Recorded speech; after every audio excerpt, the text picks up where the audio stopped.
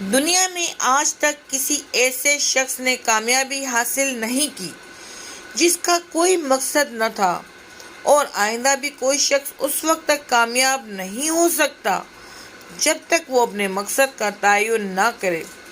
آپ کی صلاحیتیں، وقت، ذہانت، محنت، جذبہ و جنون اور قربانیاں کسی کام کی نہیں اگر یہ کسی خاص مقصد کے زیر تابع نہیں۔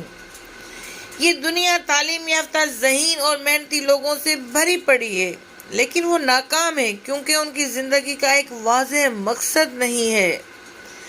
جس طرح ابو جہل کو لوگ ابو الحکم کہتے تھے، وہ عرب کا ذہین و فطن دانش مند سمجھا جاتا تھا، لیکن اس نے نہ تو اسلام کو قبول کیا اور نہ ہی کوئی واضح مقصد رکھتا تھا۔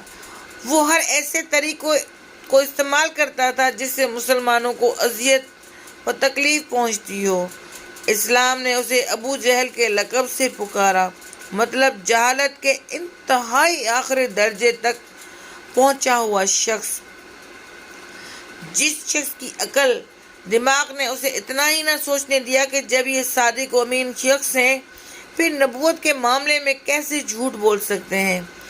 ایسے شخص کو کون عقل مند مانے گا جو جنت کو دنیا کی عارضی زندگی کے عوض فروخت کر دے؟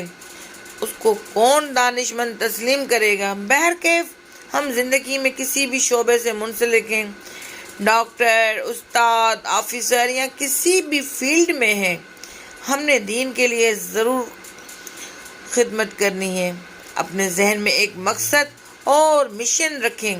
دین کی خدمت کرنا صرف ایک جماعت یا طبقے کا کام نہیں، بلکہ تمام امت کا فریضہ ہے کہ وہ خود بھی عمل کریں اور دوسروں کو بھی عمل پر ابھاریں۔